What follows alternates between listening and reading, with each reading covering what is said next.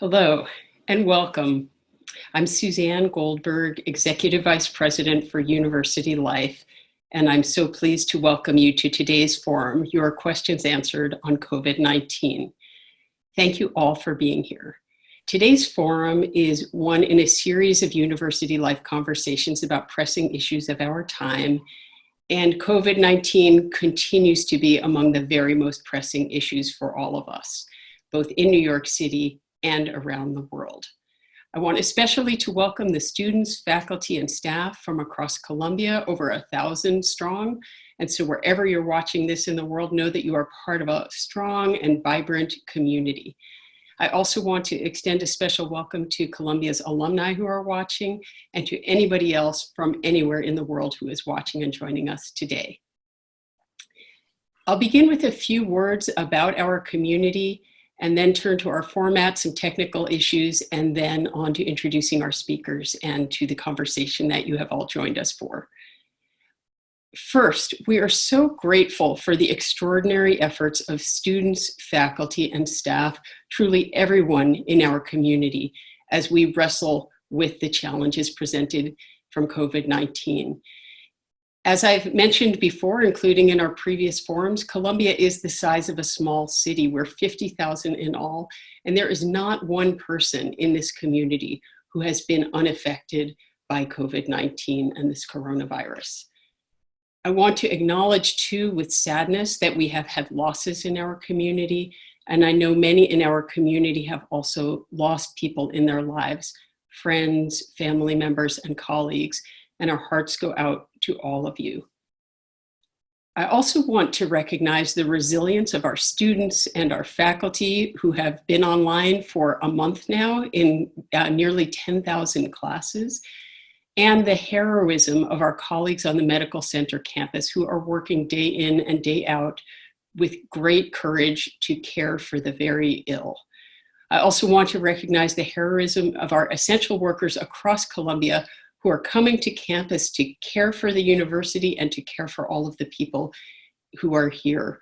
Without you, we couldn't go on, and so truly a deep and heartfelt thanks.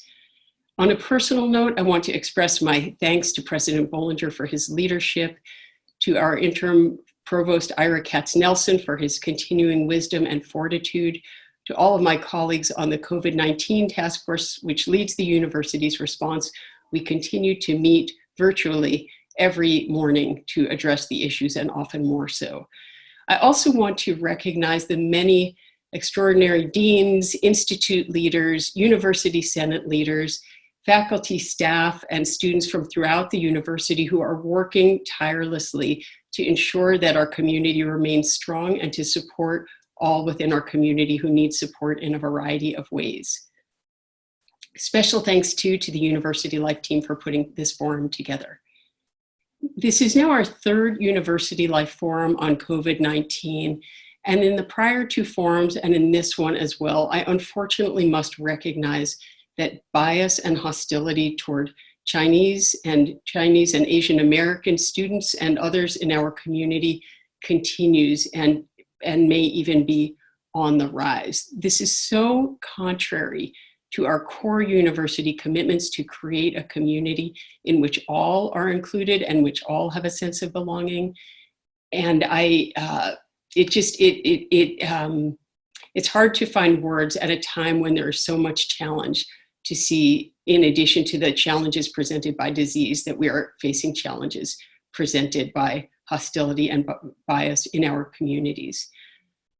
At the same time, I want to salute many in our community, individuals across the institution who have come together to address these harms and to address the array of harms presented by the virus in a variety of ways. If you look on the university's COVID-19 website, you'll see stories about what's happening in the engineering school and the libraries and the architecture school and with volunteers around the university who are producing face shields. Many others who are doing legal and economic support and other kinds of work, journalists and others to really ensure that we contribute as we do as a university to sharing our knowledge and producing knowledge and PPE, personal protective equipment, as well with our own communities and beyond. If you are looking for ways to volunteer, I encourage you to go to the university's COVID-19 website and also to the University Life website, where you will find many opportunities, and we welcome you. Our extraordinary academic community continues to be a great point of pride, and I'm honored now to turn to one of the things we do best, which is to bring people together, to ask questions, to think together, and to learn together and share knowledge about, at the highest levels, about the important issues of our day. So I'll share a few quick words now about our format and some technical issues, and then we'll get started. First, thank you very much to all of you who have submitted questions. If you are watching on Zoom, you can also use the Q&A feature at the bottom of your Zoom screen to submit questions during the presentations. Audience mics are muted, so please do use that feature. Today's forum focuses on public health and medical and scientific questions. As you know, if you have questions on other issues or ideas for other forums, please write to us by email at universitylife@columbia.edu. If you have technical difficulties while watching, you can log off and rejoin at the Zoom link. You can also watch the live stream on University Life's website. That's universitylife.columbia.edu. And if any of us who are speaking has an issue with our Zoom, you'll see us disappear for a moment, and then we will log back on and rejoin you. With that, I'd like to introduce our featured speakers for today and move into the conversation. So we have with us Dr. Wafaa El-Sadr. Dr. El-Sadr is an MD, also holds a master's in public health and in public administration. She is a university professor of epidemiology and medicine. She's the Dr. Mathilde Krim-amFAR Professor of Global Health, Director of the Mailman School's Public Health's Global Health Initiative, and a member of Mayor de Blasio's COVID-19 Scientific Advisory Council. Scott Hammer is also an MD and the Harold New Professor of Infectious Diseases and a Professor of Epidemiology at Columbia University Irving Medical Center. Dr. Hammer served for 20 years as the Chief of the Division of Infectious Diseases at Columbia University Irving Medical Center, where he focused on antiretroviral therapy and preventative HIV vaccine development, among many other areas.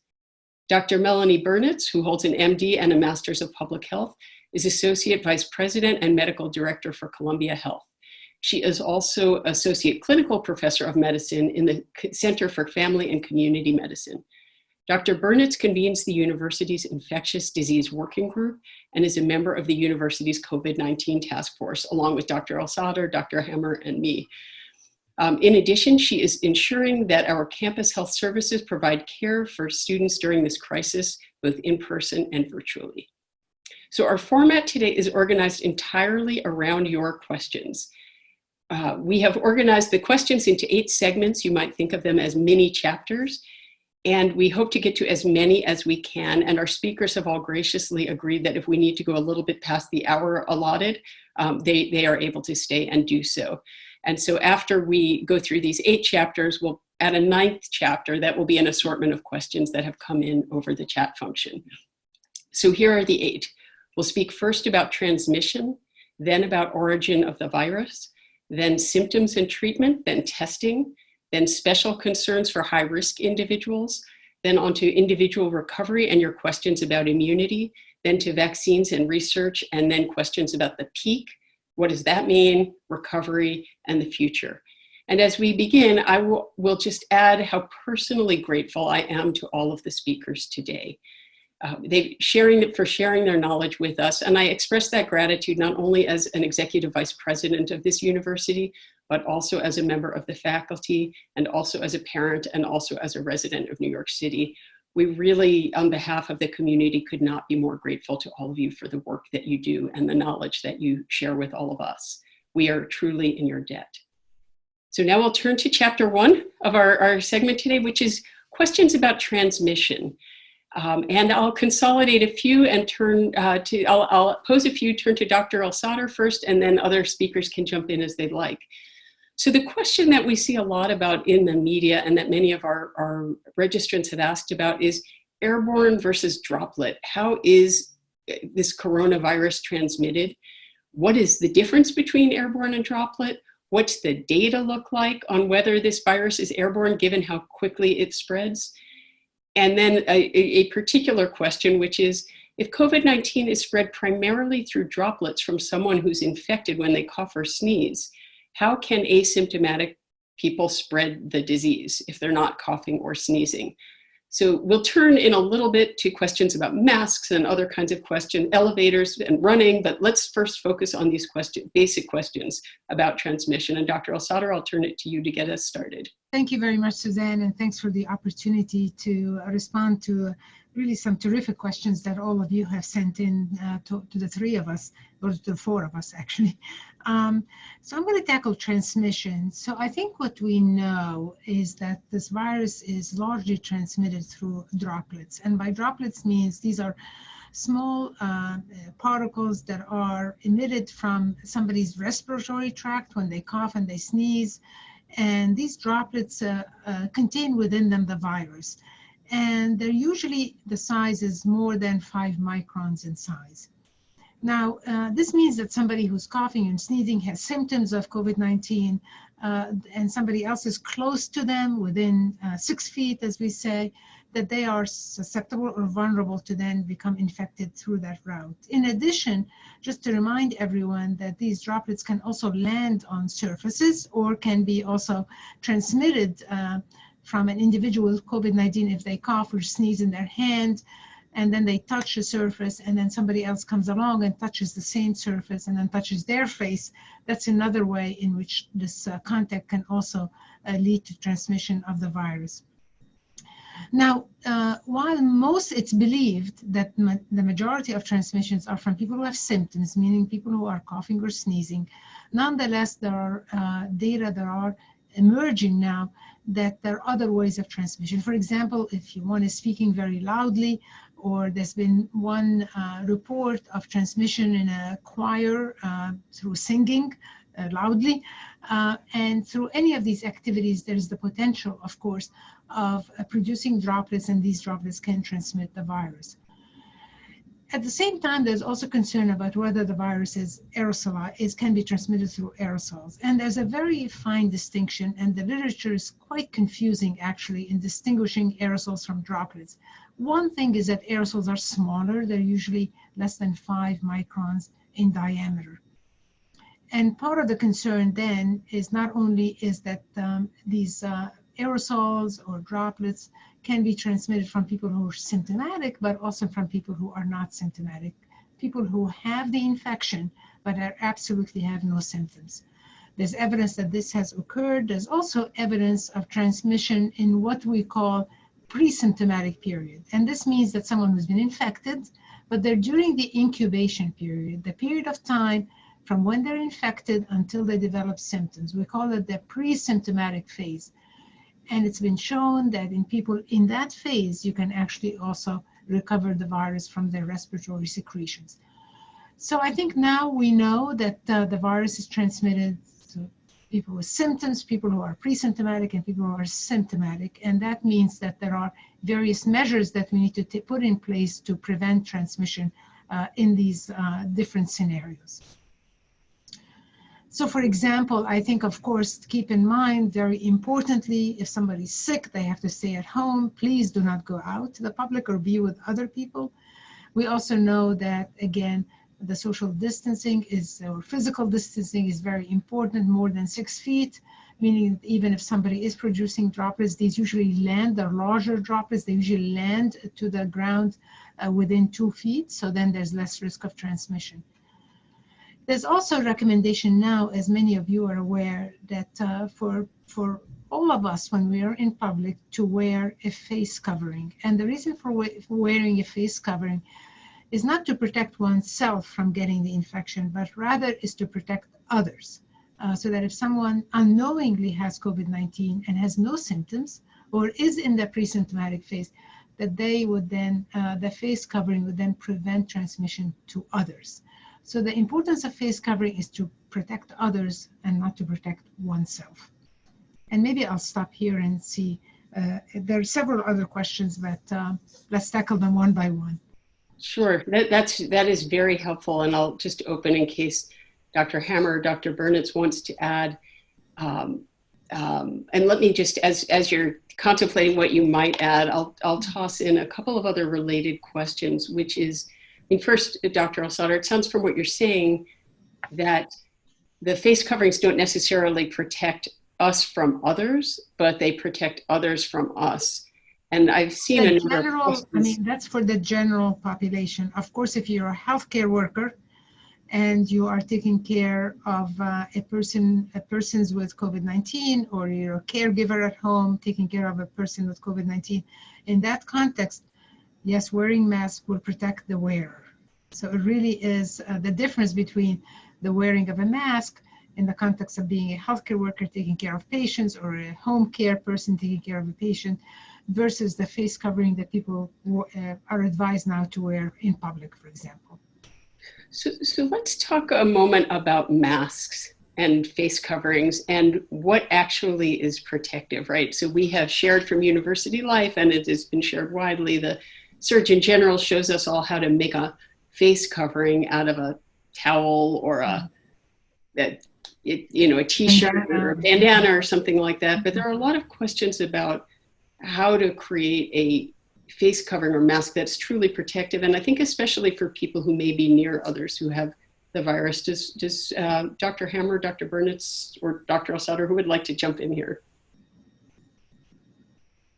Dr. Hammer, if that's you, you need to unmute. Apologies. Welcome, everyone. Thank you for inviting me to this, Suzanne, and my colleagues. So the mask issue is very intriguing and very interesting. I think we need to just think about everything in history of the short term that we've had this pandemic develop. And that is that some of our statements and knowledge were from our early impressions, and also from constraints that we were thinking about with respect to availability of testing, availability of knowledge about the transmission. And if you just read through the few months that we've seen this disease, Wafaa has nicely put out the issues of what the transmission events are, but they've evolved. And certainly the issue about asymptomatic individuals being able to transmit is a major new issue.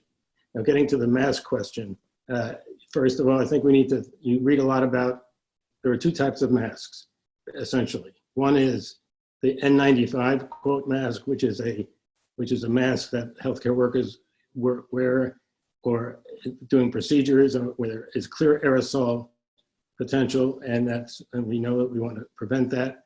And then there's the surgical mask, or the standard mask, and that's where people have been encouraged to, and often do now, make their own masks, given the shortage that we had. First of all, the shortage is less problematic than it was before, and will increasingly be better.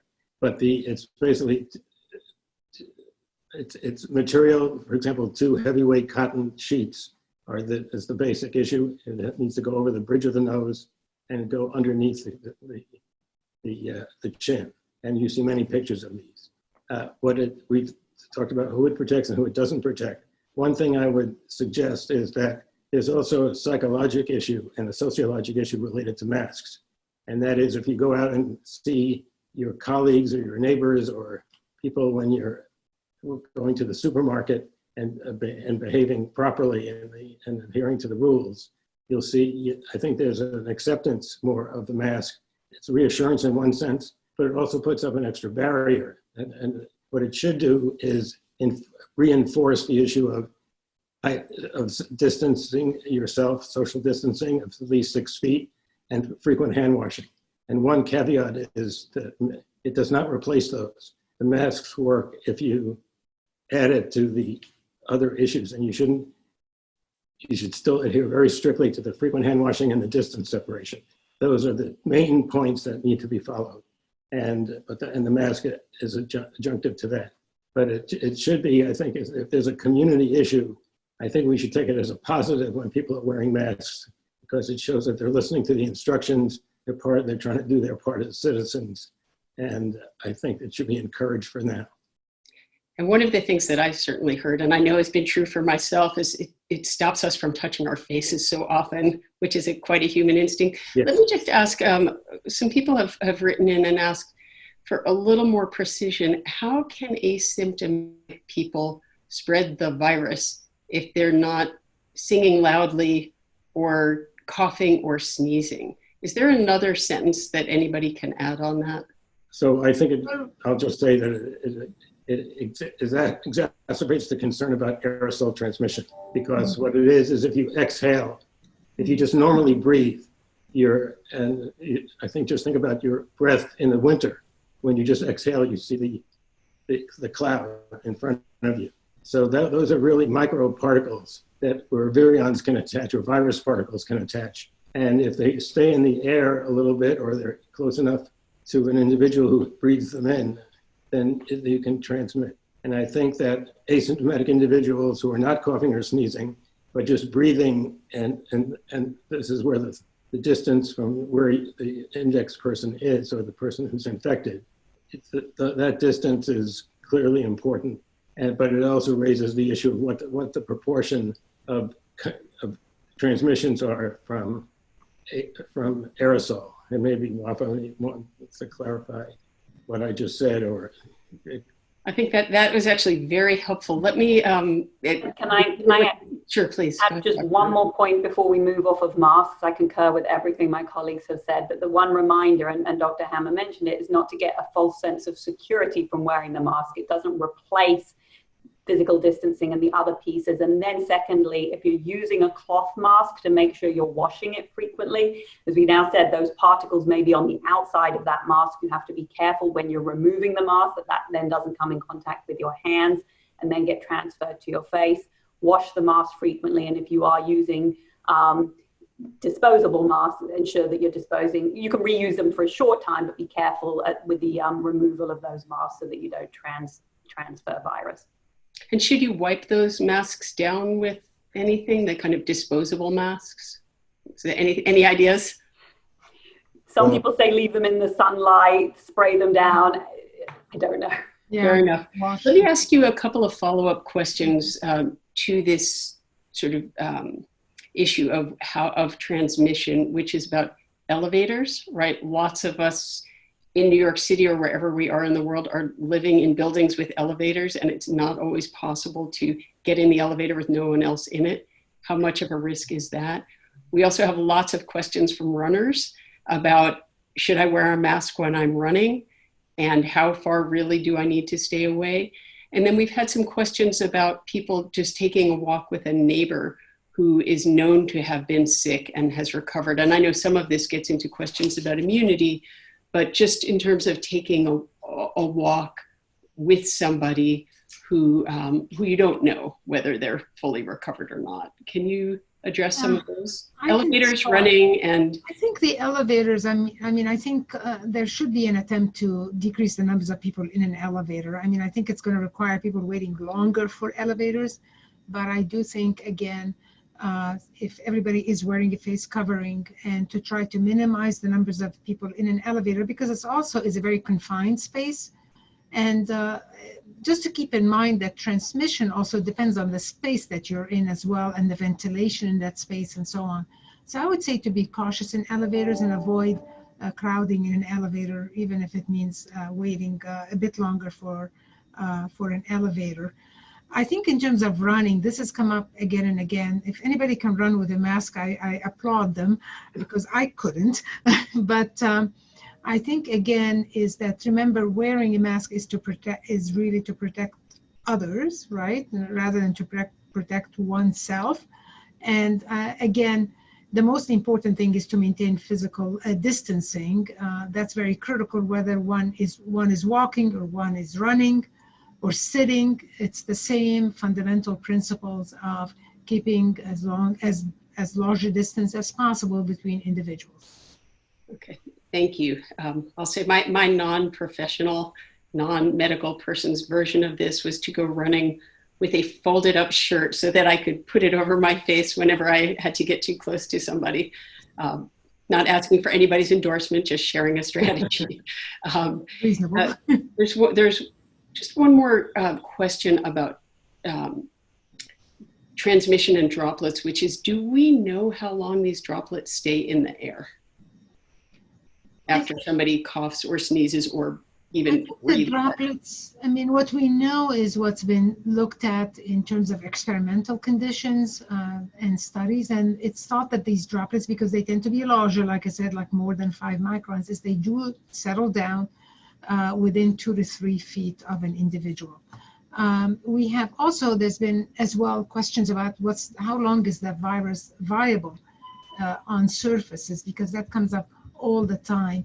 And there have also been experiments that have been done looking at this particular virus and how long it actually can survive on different surfaces. And it varies in the experimental model substantially depending on what kind of surface. Like, for example, copper surfaces up to 4 or 5 hours. On the other hand, much longer on plastic surfaces, for example, and cardboard. So I think, again, we're learning a lot, but keep in mind, these are experiments done in a very experimental kind of a setting.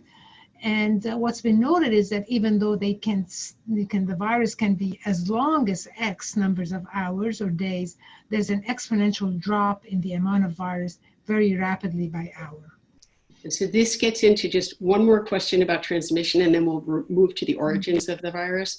And the question is one that we have had repeatedly. What do I do with my groceries and with takeout food, and should I wipe it down? Because as information is evolving, it sounds like it may be more important to wipe down the food, appreciating also the point that has been made in previous forums that we shouldn't make ourselves, sort of overwhelm ourselves with this effort. So can someone take on the question about the virus on surfaces and what regular people should do about groceries? Yeah, I mean, I'll try. I think, again, it is balancing and trying to minimize the major risks, recognizing that we cannot do away completely with risk, but to minimize and mitigate as much as possible the risk. I am the kind of person who grew up, maybe because I grew up in Egypt, where we always washed all of our vegetables and fruits. That's what we did. We did not bring them home and eat them directly. And so I'm used to doing that. And I think it's a good thing to do, is to wash vegetables and fruits as a good practice, not COVID related, but maybe very relevant in the COVID era. I do think, on the other hand, in terms of takeout food and so on, again, it's like again, if the food arrives and it's hot and it's has not been handled as much as it is not been handled usually, then it's okay to eat the food. As to whether the wrappings may have been touched by somebody who has COVID-19, that's always a small risk. If you feel better or feel safer after unwrapping the takeout food, to actually then remove the wrappings, then wash hands carefully again to make sure that the hands are cleaned and so on before eating. All of these are good habits to keep in mind. And it does sound like a key point, which all of you have made, is just keep washing your hands. So if you touch the groceries, yes, and then you wash your hands, then you reduce, yes, your risk. Right. Let me turn now to the basic question, Dr. Hammer. Where did this virus come from? And a related question: are there variations on COVID-19? And we've been asked questions. I'll just give you a few to jump in on. Is there any chance this virus was accidentally released by scientists or an institute of virology? Do we know if the virus here is the same as it is in other places in the world? And a question related to that is there are relatively few cases in Latin America? And is that because there's a different virus there? How do we think about this virus that we're dealing with right now? Dr. Hammer? So thank you. Let me just say that I just got a message across my screen to say that my internet connection is unstable. And you've been fading in and out as far as the words are concerned. So give me a high sign if I'm blocked out or whatever, or I disappear completely. But it just as a warning. And so I'll hopefully stay connected. So the origins, just briefly, and you put a lot of stuff in those questions, which are excellent and on lots of people's minds. So coronaviruses have been around for a long time, and we knew about them for many years, given the fact that they would cause minor upper respiratory infections and standard, quote, cold symptoms. And obviously with the SARS #1 in the early 2000s, around 2003, and then with the Middle East respiratory syndrome that was noticed in 2014, and with a high mortality, that this virus is very similar to the SARS-1. So this virus is called SARS for severe acute respiratory syndrome, coronavirus 2. And that's, so it's COVID. When you hear people say SARS-CoV-2, they're talking about the virus that causes COVID or coronavirus disease. So these are used interchangeably and mistakenly by some of us in the media, but people really try to use the COVID for the disease and SARS-CoV-2 for the virus. So a number of things which I'll try to wrap up for this. So where this comes from, the normal reservoir for coronaviruses, and particularly for the ones we're talking about today, are bats. And that's the primary reservoir where they live, and there are many different subspecies or variants of this. And what happens is that viruses, like other organisms, can recombine their genome, their RNA viruses, ribonucleic acid, and our DNA is deoxyribonucleic acid. And these are viruses come as either DNA or RNA. These are RNA viruses, and that their genome can recombine with other viruses, other similar viruses, and so a recombination is when a segment of the genome is spliced into the genome of another organism, with two viruses, for example, infecting the same organism, and particularly the same cell. And you can get, and that's one thing. The second thing that viruses change is with mutations over time. So the RNA viruses, they replicate with an enzyme called an RNA-dependent polymerase. These polymerases, the RNA polymerases that reproduce the RNA of the virus, are error-prone. They put mutations of the virus quite easily. And what happens is the editing function of the virus in a cell may make that virus that's recombined or mutated, not replicatable in the cell, but you'll get a virus that will emerge. And so there are these two mechanisms: one, spontaneous mutations that occur with the replication of the virus, and two, that RNA from two different viruses can combine. What's happened with the epidemics we've had before with SARS and MERS is that there was an intermediate host. So there was a recombination event that happened between the bat and, for example, the civet with SARS-1 and the camel with Middle East respiratory syndrome. And that presumably happened here. What is unclear is whether there's an intermediary host. The pangolin has been suggested as an intermediary host, reptiles, snakes, but we don't know that for sure. But what we do know is that it's a recombined virus that was able to make the species jump from bats to humans. And that's where it started. As far as when it replicates within people, does it change? Yes, there are changes, but it's not like influenza, and it's less mutable or changeable than HIV, for example, at least certain enzymes. And what we say is that over time, these viruses are conserved. That is, mostly the genome stays the same, but certain regions can change. And those regions that change, they're called hypervariable regions. When they change, they may change the characteristics of the particular protein that's produced from the nucleic acid, and the tropism and the transmissibility might change, but also the host immune response may be altered as far as, or unrecognizable at the time. So it's all of these factors combined. And yes, you can pretty much, if you do a very careful sequence analysis of virus strains, you can tell differences from Europe versus the US, for example, and time them on what is called a phylogenetic tree. And you can map how close they are and how far they are and apart. And that can then give you an idea. But I don't think although there are different strains or species within the coronavirus that causes this syndrome, COVID, it's not clear that there's more than one introduction one basic virus that you can relate, but you can determine different strains, and there's more to come on this. Just to add one quick thing is that also, as far as we know, it's one virus still. I mean, there is, yeah. So I think that's important to just keep in mind.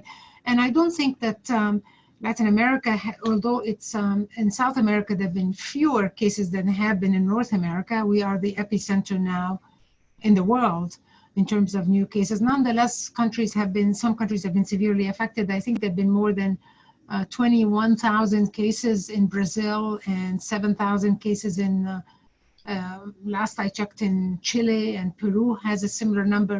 So I think it's not that there's, that these countries have been spared. It's just that they have, hopefully not, but it seems that they're having a later introduction of, or growth in the numbers of cases. Thank you very much. This is one of the privileges of being part of a great university, is to have a constant education in a wide range of areas that may be outside of the given expertise of any one of us, and certainly to have the benefit of learning about virology and learning about public health and learning about medicine, especially for people like me who have expertise in none of these areas, is really extraordinary. So thank you for that. I would just add that these techniques of sequencing and phylogenetic analysis help us understand the epidemiology and what's happening, and actually the sociologic and other issues. And there's an interesting article, and we'll see more, a report from New York institutions that suggests where the introductions that they came from, and their viruses of COVID-2 were closer to the European strains than to the original Wuhan strain. So that's just as a note, calling this a certain virus from a particular geographic area has many problems with it, and I think should not be done. That's why it's a neutral name, and that's the way it should be taken forward, because it relates to, Suzanne, what you said earlier about attacking people because of the origin of the virus when you have no data to suggest that. You also raised the issue, I'll just say quickly, about was this virus designed? And there's no evidence and no thought that some people have raised the issue, but this is, can't say it 100%, but 99% this was a natural phenomenon, because we know there are many different bat species and many different coronaviruses that are circulating, and it's a perfect mixing plant for new viruses to emerge.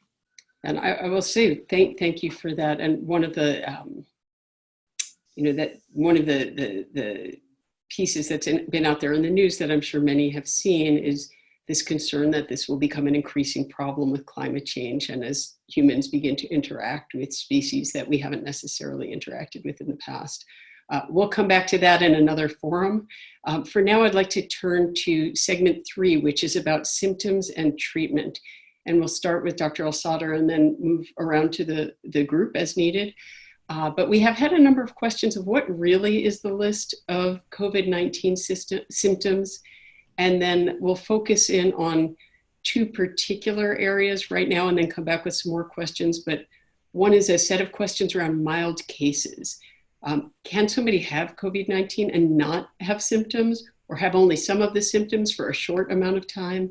You know, a lot of news reports and firsthand accounts from people who are reported to have mild cases are people who actually sound very sick.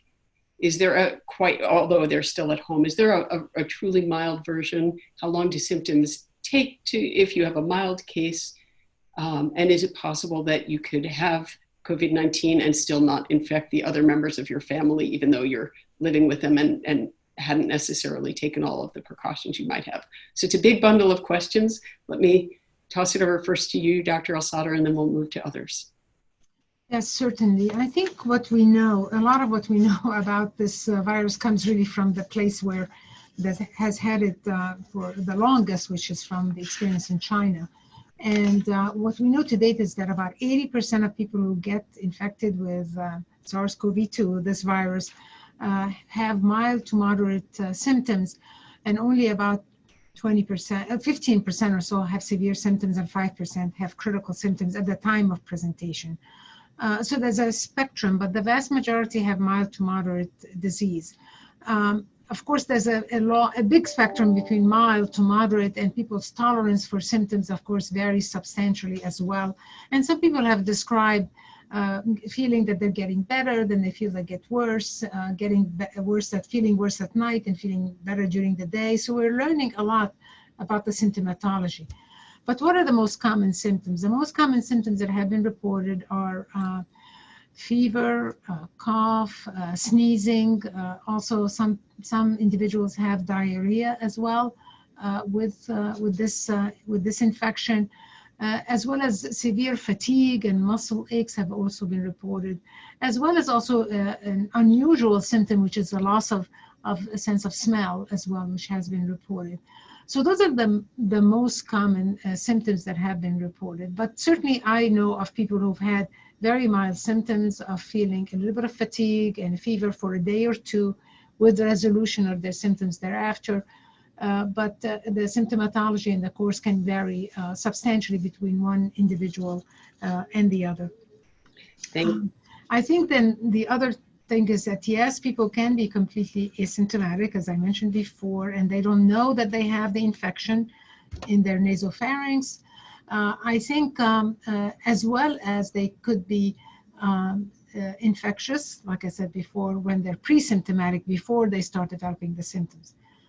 Now, in terms of transmission within a household, we know that that's absolutely a high risk of transmission within the household, particularly during the time when the person is not yet symptomatic and there's not, the members of the household are not taking any precautions. So that's the reason why, as soon as the case is identified, as early as possible, it's highly recommended that that individual be isolated so that prevent transmission from that individual to other members of their household.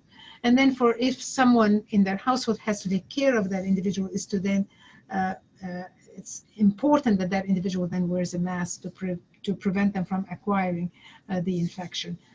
Certainly, it is very hard to sometimes self-isolate or isolate cases in households. It depends, of course. In some contexts, the family may be living in very close quarters, large numbers of family members, and it's in that context that often substantial transmission happens within families when it's very hard to isolate the case from all the other household members. Thank you so much. And Dr. Bernitz, let me also, I know you've cared for and your team cares for people who are dealing with the virus. I want to add a few questions that we've gotten in the interim about, are headaches a symptom, something about tingling or fizzing sensation, and also if you could talk a little bit about what we know about how long the loss of sense of smell lasts. Sure, yeah, and just to reinforce what Dr. El-Sadr said, there's a whole range of symptoms and there's a whole range of how extensive those symptoms are for an individual. So certainly we see patients present with headaches as a symptom. We see patients who never have a fever, and we see patients who have a very high fever that lasts for days and weeks. So it's a real range. The fizzing is kind of this tingling sensation of the skin that's been reported. It may be associated with the high fever. Just another one of those kind of strange symptoms that we're learning more the more patients we see. In terms of how long the loss of the sense of smell lasts, for most people it does seem to be recoverable, so recovering within weeks, just slowly and gradually. But again, we're learning more as we see more and more patients with this symptom pattern. And you've talked previously, but I think it would be very helpful if you could remind people, if they are feeling symptoms, what should they do? Right. Again, the first thing for mild symptoms, we say stay home. Again, if you're having mild symptoms, you're shedding virus. If you're going out, you're risking transmitting those to other people. Staying home, managing as you would if it's really mild, a cold or the flu, just resting, drinking lots of fluids, taking Tylenol to reduce your fever. Certainly reach out to your clinician if you want some advice. Virtually everyone is offering virtual appointments, be those telephone or Zoom or something else. But for those mild cases, those 80%, really managing them at home and getting that virtual advice from your clinician around all the other factors. Certainly for those with severe symptoms, those who are in a vulnerable group, so who are elderly or have underlying medical conditions, reaching out and getting care and advice earlier. And then certainly if you're seeing more serious symptoms, which include difficulty breathing, confusion, blueness of the lips, things like that, then that's obviously more of an emergency that may require more intervention in the hospital and calling 911 or reporting to the emergency room. One thing that's been reported, even in people with mild disease or mild to moderate disease, is they can get over it by themselves, but they're feeling not back to normal. It lags a bit. So, for example, people can have mild disease and they get over it and they think it's just a cold, but their fatigue level and their energy level doesn't really come back for a couple of weeks. So I think that's interesting, and it relates to probably the underlying pathogenesis of this disease and how it affects the immune system that needs to get itself righted in order to be back in balance and be feeling tip-top, as you say. And for somebody to gauge, we've had questions about this too, sort of after you've had symptoms and the symptoms seem to have dissipated, if you're in a household situation where you can self-isolate, at what point are you able to rejoin your household? Should you still be wearing a face covering? Should others be wearing face coverings? How should people handle that? So for the majority of people with mild cases, they may have been diagnosed without ever getting a test, and that's okay. So for that group of people, we say you should consider yourself infectious for at least 7 days after your symptoms, after your fever started. And your symptoms started. So the minimum time you consider to be infectious is 7 days. You then have to have 3 days without fever, or if you never had a fever, 3 days of recovery of the other symptoms. So as I say, the minimum can be 7 days, but as Dr. Hammer mentioned, it can last for well over that week into the 2 to 3 week range. So using those criteria that the CDC have posted. For others who have been tested, 2 negative tests 24 hours apart are the criteria used for when you can rejoin your family. Great. And we'll actually turn to you with questions about testing in a moment. Just one other question that somebody asked, which I haven't seen anything about, but maybe some of you have. Is there any relationship between having had a flu shot and the severity of symptoms? In other words, are we seeing that there's some benefit to having had a flu shot for reducing the symptoms of COVID-19? No, they're very different viruses. Influenza virus is very different from this coronavirus, and it's very, very unlikely that a vaccine for influenza would be protective or modifying the symptoms in someone who's infected with this virus, with SARS-CoV-2. I agree. I've seen no even suggestion of that by reports from investigators or clinicians or the literature. The one thing to mention, though, just as a quick aside, on the opposite of this, people have been described clearly with proven influenza and COVID-2 at the same time. So as we learn more and have a broader brush with the data we're accruing, the viruses can outsmart us at every turn. Yeah, it is really something. And as a layperson trying to make my way through all of the various tweets of studies and actual studies, it's a hard universe to make sense of. And I think, it's very human to latch onto anything that looks hopeful, even though it may not turn out to be. But we'll come back to some of that and to vaccines in a couple of more mini chapters. But let's turn to testing now and back to Dr. Bernitz. Can you talk us through the criteria for getting tested? Why is it so hard to get tested? And then we have we'll get into questions about antibody testing after that, but that's a very basic question, right? It seems like most people haven't been tested. Sure, that's a great question. So the CDC, the Centers for Disease Control and Prevention, provide guidance for testing criteria, but decisions on who to test are actually made at the more local level, so by city or state health departments or even by individual clinicians. And that's why you're seeing such differences between locations. And you also have to remember that as there's no specific treatment for this virus, the test result may not actually change the recommended actions that you're given. And that's why the majority of patients don't actually require testing. There's actually a lot of reasons why individuals are not tested. So by not testing someone, you actually minimize the risk of exposing a healthcare provider and the community to infection. We've also heard about shortages of personal protective equipment, so wanting to preserve those by not testing. And there's also the possibility of false negative results. So if someone's got symptoms that are highly suggestive of COVID-19, you can assume they have COVID-19 even without the test. And again, not to test someone who doesn't have symptoms for all the reasons we shared. So in many areas, you only test if the test result will actually change the treatment. And that really often only happens in very severe or in hospitalized cases.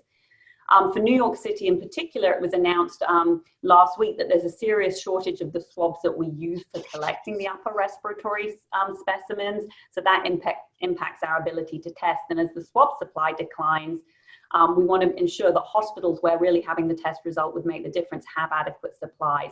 So in New York City right now, as I mentioned, test is only happening for those hospitalized patients or patients with more severe illness. So the mild patients will just get diagnosed without a test and instructed to stay home because, as I say, the testing doesn't really change the management. I will say that New York Presbyterian Hospital currently, their guidelines recommend testing for high-risk outpatients. And those are for people where, again, that test result would change their ability to get urgent clinical care. For example, someone on chemotherapy or someone receiving dialysis, and all patients being admitted to the hospital will be tested.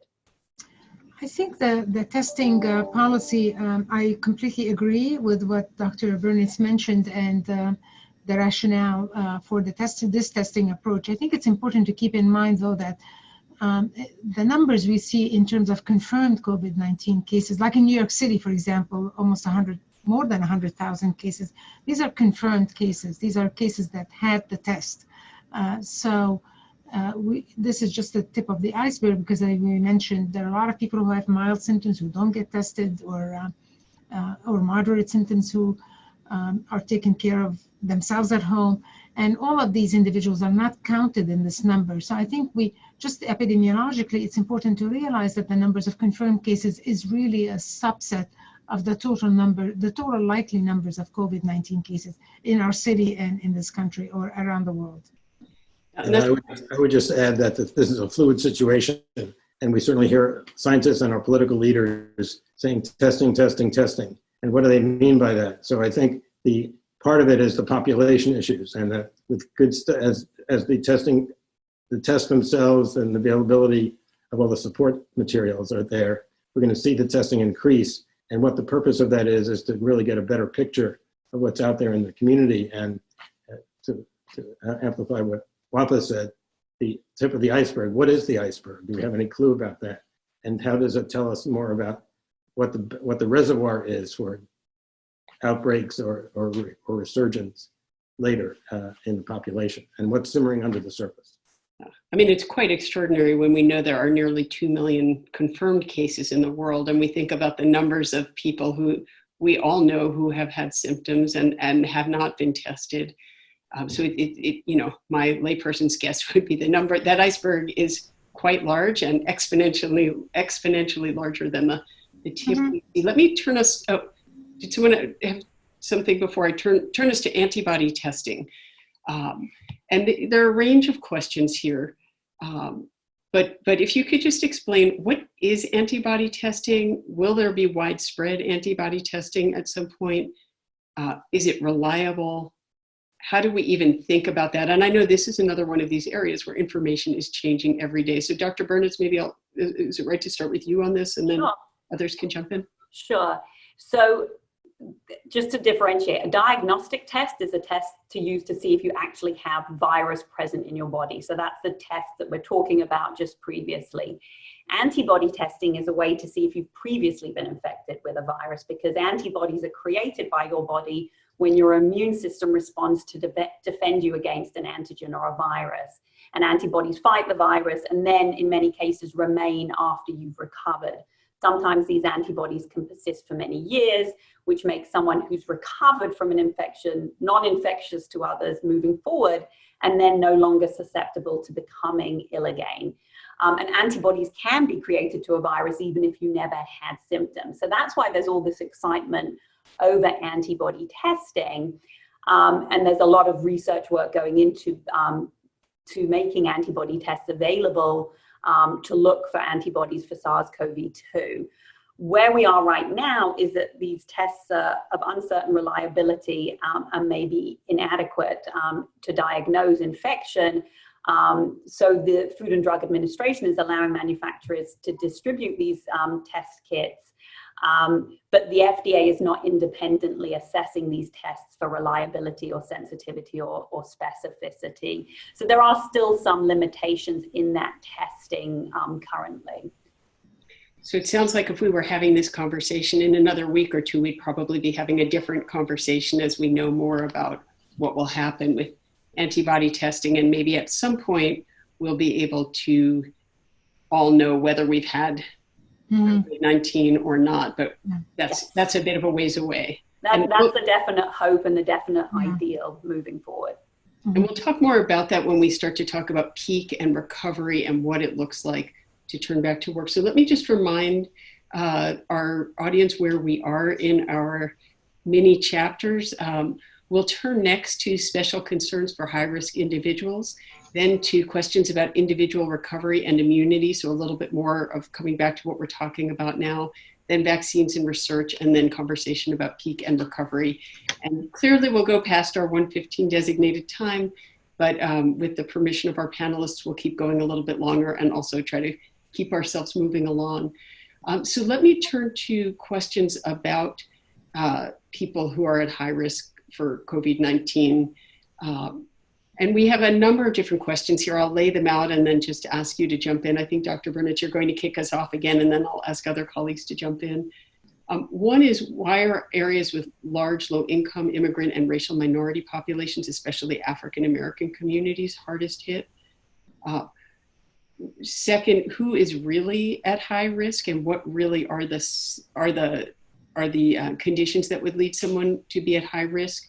And related to that, we've had a question come in about what are the factors that would be more likely to result in death, not just severe symptoms. Are children really not at risk?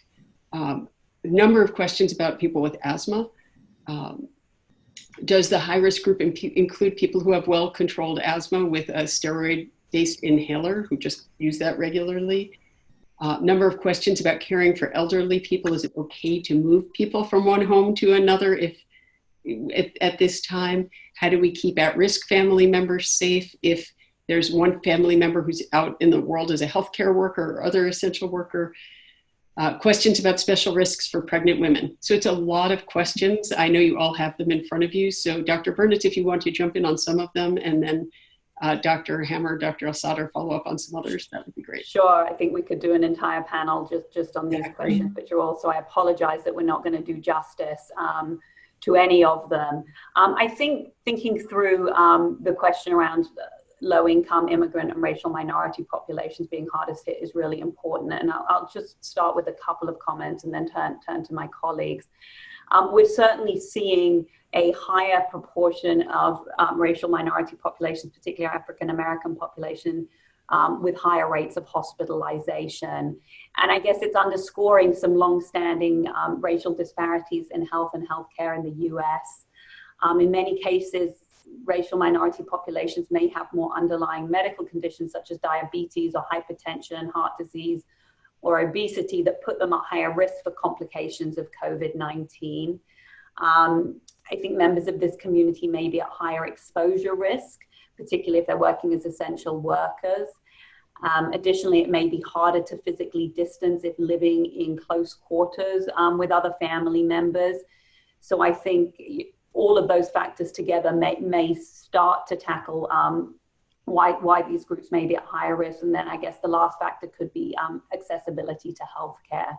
I'll certainly open that up to Dr. El-Sadr and Dr. Hammer. No, I agree. I mean, I think it is, I always think it's both being at higher risk for getting COVID-19, as Dr. Bernitz mentioned, because of either crowding in the household or the need to take mass transit, for example, to go to work and so on, so more exposure, as well as then the evidence that once such populations do get COVID-19, appear to have, worse outcomes and actually more deaths from this disease. And I would just add the other subpopulations that you listed, Suzanne, and that is transplant patients, with cancer chemotherapy, for example, or other immunosuppressive events. Those are, and age, of course, is another factor. Over 60 to 65, there's the immune response wanes a little bit. The vigor of your lymphocytes and your immune system go down, and with anything that impairs your immune response is problematic in that regard. So these high-risk groups are there, and they're important to note and take care of in recommendations, but also the pregnancy issue, which I think should just be mentioned. And I think that it's obviously a major concern, but so far, and there have been reports of difficulties with outcomes in some pregnant women, but for the most part, there's no major report of this being a horrific issue for mothers about to deliver, and as far as congenital malformations or worse outcomes later. I think one of the things that we have to come out of this by thinking, if this doesn't arise more acutely, is that the children that are born this year should be looked at 3, 4, and 5 years, because are they going to have delayed psychomotor or learning issues that come out at the ages of 4 or 5. And that's something to keep in mind as far as the cohorts that go forward. Certainly, it's better not to have a viral infection during your pregnancy, but it may be unavoidable, obviously, because no one wants to get this disease. But so far, it's been okay, and others should comment. The one thing I would just mention is that our labor and delivery at Columbia now screens every mother who's coming in to deliver, so that people are screened and knowledge is gained at the time of pregnancy. Exactly, I agree. I think the studies have shown that the virus is not detected in amniotic fluid or breast milk or other maternal samples, which is good news, but there have been a very small number of babies testing positive for the virus shortly after birth, but that is assumed because of transmission through the droplets rather than through the process of delivery. So I think just keeping an eye on our pregnant mothers, obviously changes in your body during pregnancy put you at increased risk for infection, but that it likely isn't another increased risk.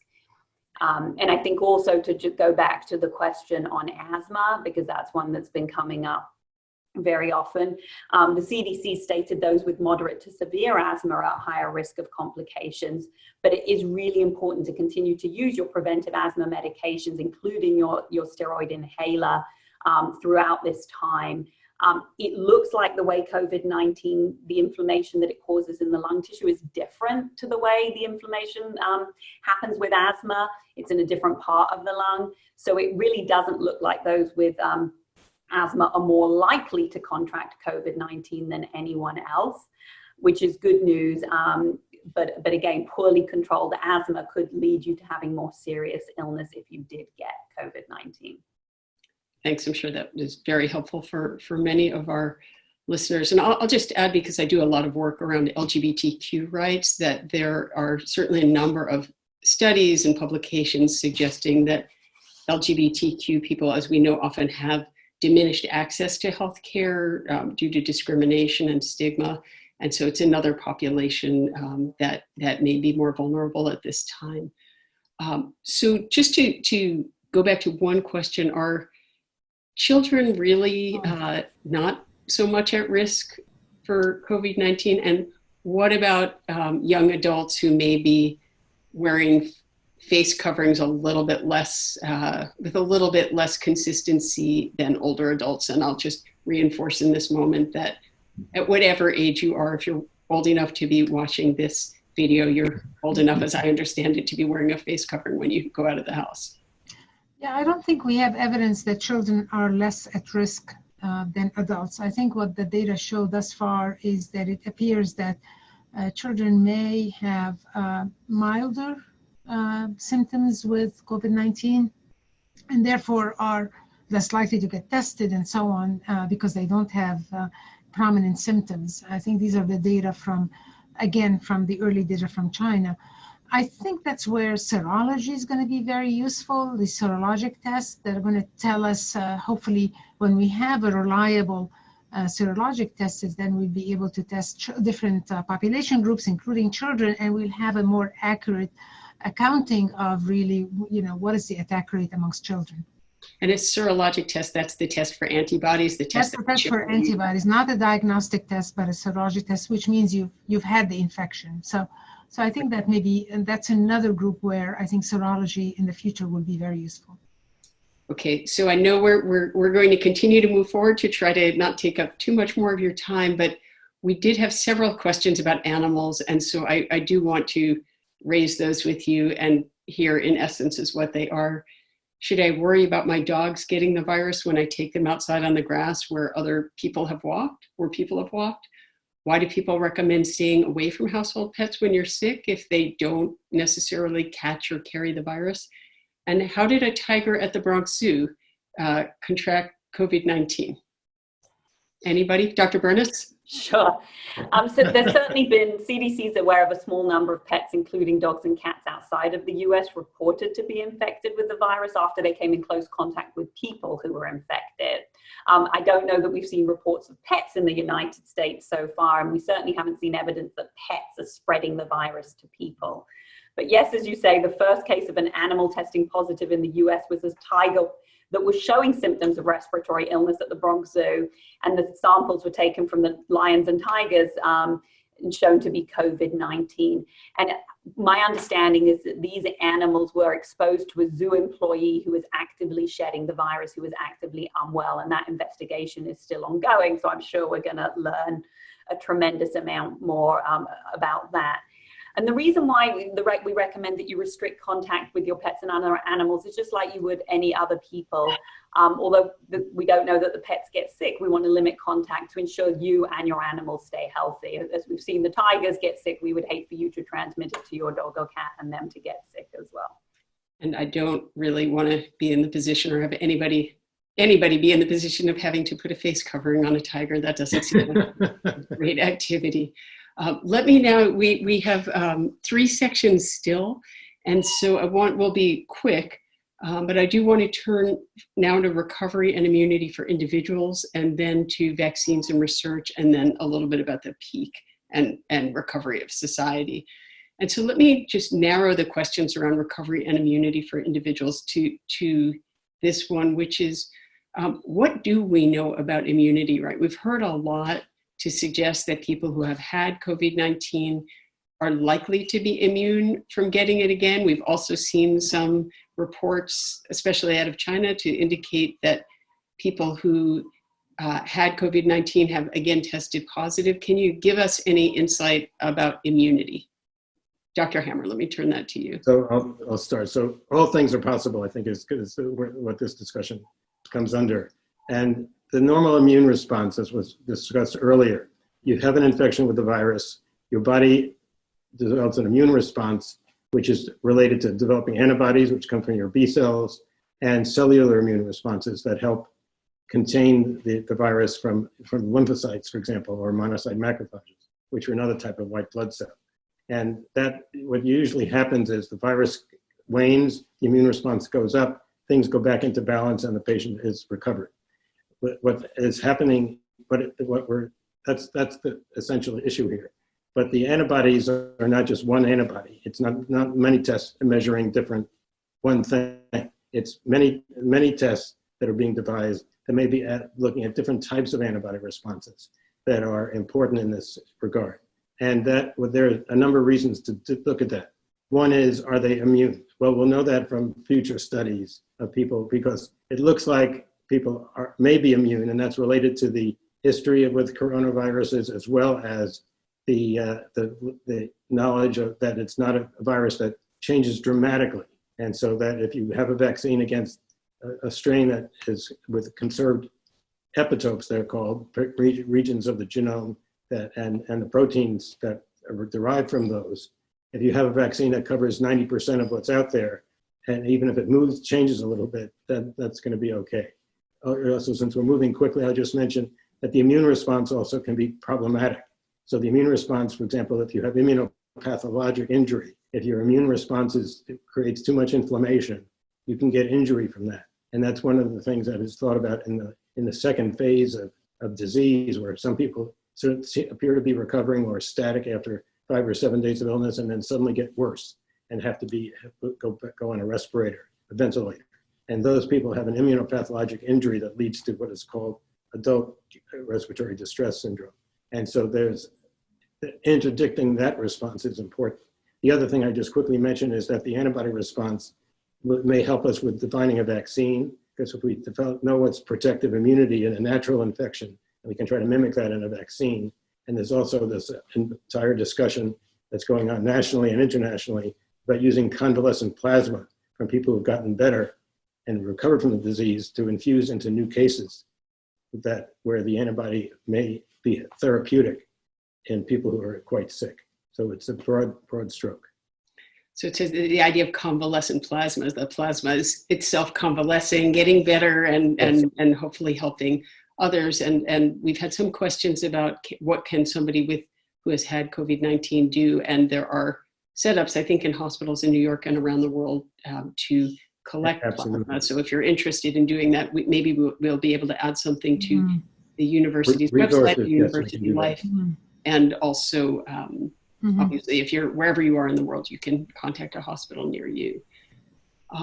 Dr. Hammer, let me ask you about research and vaccines. And if you could just give us the headlines or the very tiny nutshell of what is some of the most important research happening right now, and are we seeing any breakthroughs toward a vaccine?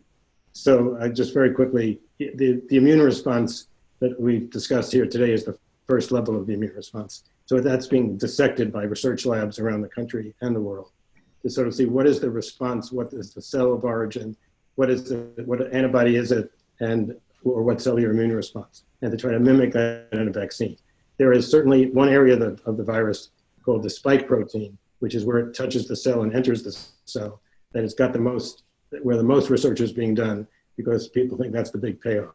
I would also mention that every major pharmaceutical firm that I'm aware of globally is interested in working with biopharmaceutical drug industries as well as governments to try to come up with a vaccine effort. And we're going to see a parallel vaccine effort across a number of public-private organizations, with the NIH hopefully being a big part of this.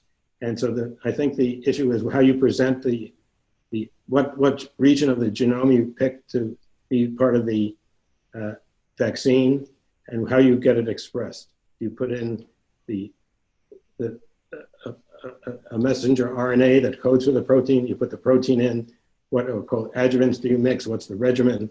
Many questions, but the bottom line is that there's reason for optimism, although it's not going to happen next month. This is at least a year off, but I think you're going to see efficacy trials starting within the next 3 to 6 months, and with the leading candidates. So stay tuned. But it's not, safety is a big issue, and production is a big issue with vaccines. But we have a lot of ideas, and I think they're being pursued on basic research laboratories as well as pharmaceutical firms. Well, thank you very much. I was actually just going to ask you timetable. So it sounds like we're at least a year away from wide availability of vaccine, and maybe even more. I think the agencies, the FDA and others, are going to look at this very carefully, and they may do accelerated approvals that get something out quickly.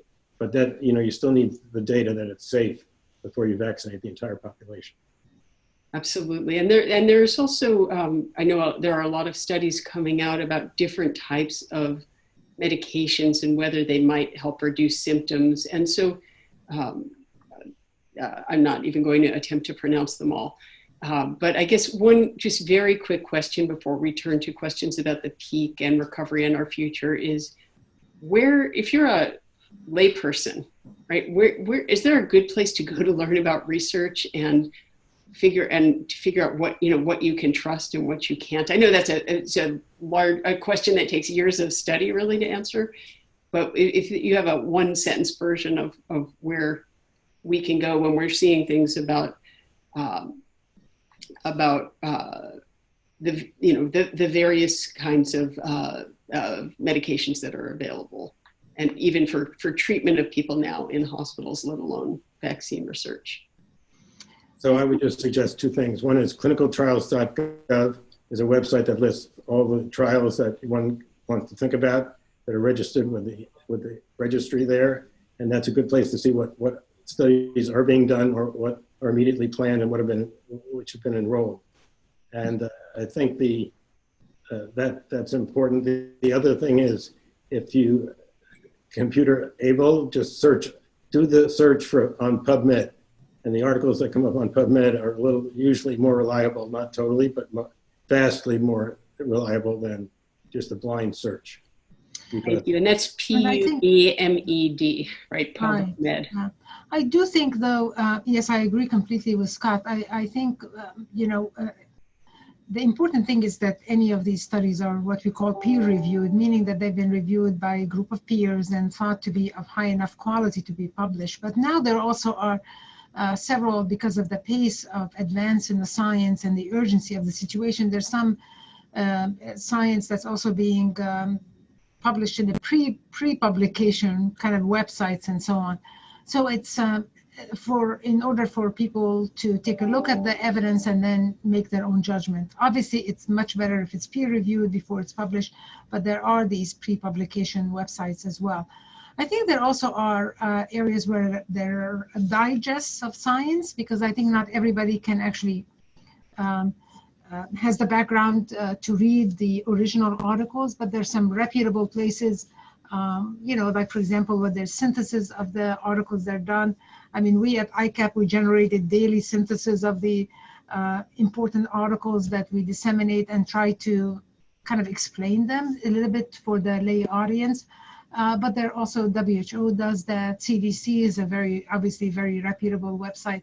So I think just be cautious, because there are lots of people who are making claims that are not backed by evidence. And I think we have to, at the time of epidemics like this, there's an epidemic of rumor, epidemics of myth, and we have to be very cautious and always double check before we believe something that we hear about or propagate something that we heard about that's not substantiated. Thank you very much for that. And that is a very helpful transition to our last topic of this forum. And given that we're well past time, I'll just ask you each to speak very briefly to this, or add whatever closing remarks you want in the course of this. But what does the future look like, right? Clearly, we'll have to have another forum in which we address these questions at greater length. But we hear discussions about the peak, and are we at it? Are we past it? What happens after the peak? What does recovery look like? We're talking not about individuals, but for our society. What does it look like to open back up? If we open back up, will there be mass waves of reinfection? Will there be a second wave? Do we need mass antibody testing and certifications before of people being cleared before they can go back to work? What does it look like to each of you as we look into the future, understanding that we're, as everybody has said, we're still learning, and we don't yet know what the data from later this week or next week or beyond will bring. Dr. El-Sadr, can you start us off there? Yes, I think just answering the questions you just went through would take us several hours. Yeah, sorry. So no, I understand. I think there are lots of unknowns. I think just to start first, what do people mean by the peak? There are lots of different peaks. So you have to actually be a little bit, dig a little bit in detail. Like, for example, there's a peak in terms of hospitalizations. And many of you have heard, the governor of New York State has indicated that it appears that we've peaked at a plateau, a high plateau, but still we've peaked in terms of hospitalizations. We appear to have peaked in terms of the need for ventilators, for example, for very sick patients. So that's one way, is just looking at hospitalizations. There is another peak in terms of the numbers of deaths, for example. That's a lot of concern that we are at very high levels of daily death in this state at present. And although we're at the same number at a very high plateau, but nonetheless, that's not acceptable. Similarly, you can think of the peak in terms of numbers of new cases. However, as I mentioned earlier, we're only diagnosing maybe half of the real cases. So we can look over time and see how many new cases are we identifying every day? And in this city, we're identifying almost, like 5,000 cases in a day. So it's still at a very high level. So I always think of a peak like you go up and then you start going down. And we haven't started going down. We sort of peaked and maybe plateaued. But I think people are looking for those metrics that are going to give us a sense that maybe we should now consider what to do next. And those metrics will be deaths, will be hospitalizations, will be numbers of new cases, might also be as well antibodies in the community. If we have a serologic test, how much herd immunity do we have in the community? So there are lots of metrics being now considered as to that hopefully will guide us as to what to do next. I think everybody can hypothesize what's going to happen, but it seems like it's going to be highly unlikely that everything is going to be one day everybody go back to normal. That's highly unlikely. I think it's going to be probably a stepwise cautious process of maybe loosening up some of the restrictions and then watching carefully these metrics and hoping that we don't see an uptick in any of these metrics suggesting that we are kind of relapsing with introductions of the beginning of evidence of more community transmission. That's in my mind, that's what I anticipate is developing very clear metrics and watching these metrics very carefully as we try to sort of pull back on some of the mitigation measures. Yeah, I agree with everything that was said. I think we don't know we're at the peak till after we hit the peak because we have to see the decline. We hope this isn't just a plateau.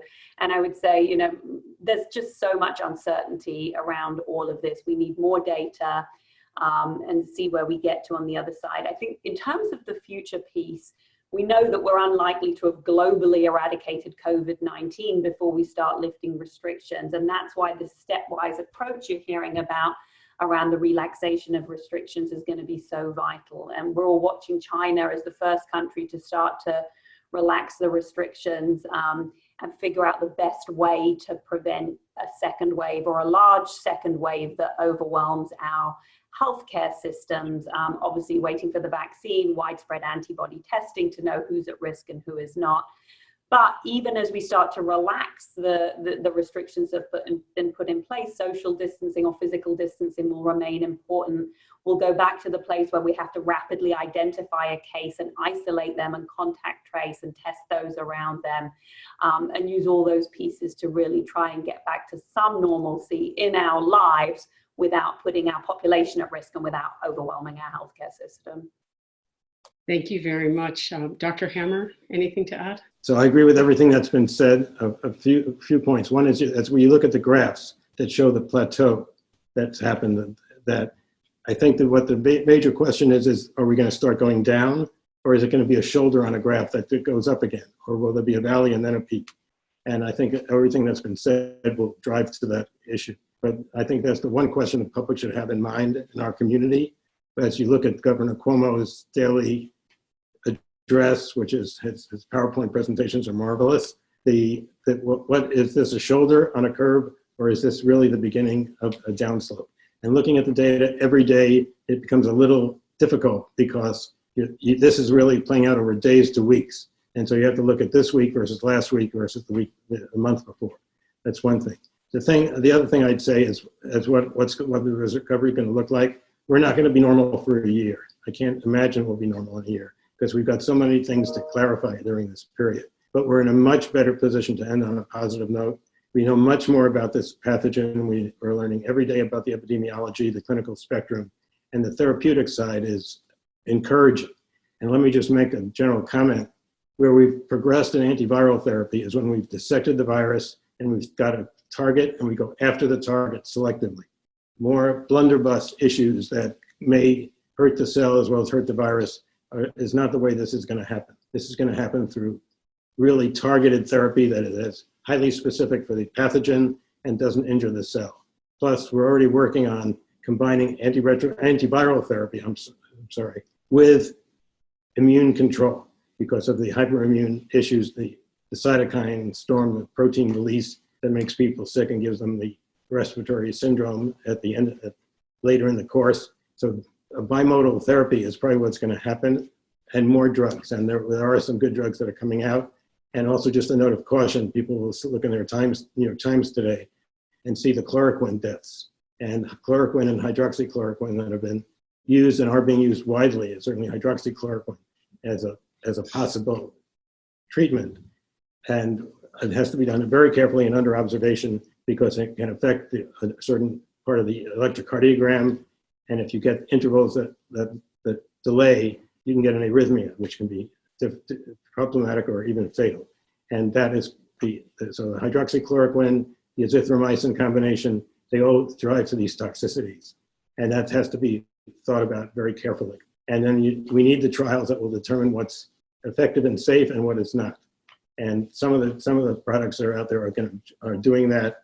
And there's one lead candidate that was reported last week in a major journal, the New England Journal, about remdesivir. There was a compassionate release study, but it's being studied very carefully in a placebo-controlled trial, randomized. So I think we've got reasons to be optimistic. And if we get a specific antiviral that's safe, we'll be able to prophylax the population, be able to treat the population, and be able to move further and really cut into the morbidity and mortality of this disease. So antiviral therapy is a key issue, along with the adjunctive therapies that are needed and good support. And I think the next year will show major traction in this area and hopefully even an early approval of an antiviral. So thank you so much. And it's really, it's hard to find words even to thank all of you. I want, for all that you've shared with us, I want to thank all of our viewers for your commitment to learning more, to deepening your knowledge. I invite you and ask you to share your knowledge now with others. As Dr. El-Sadr has reminded us, that is each of our job, whether we're a public health expert or not, to share the knowledge. Feel free to share this video.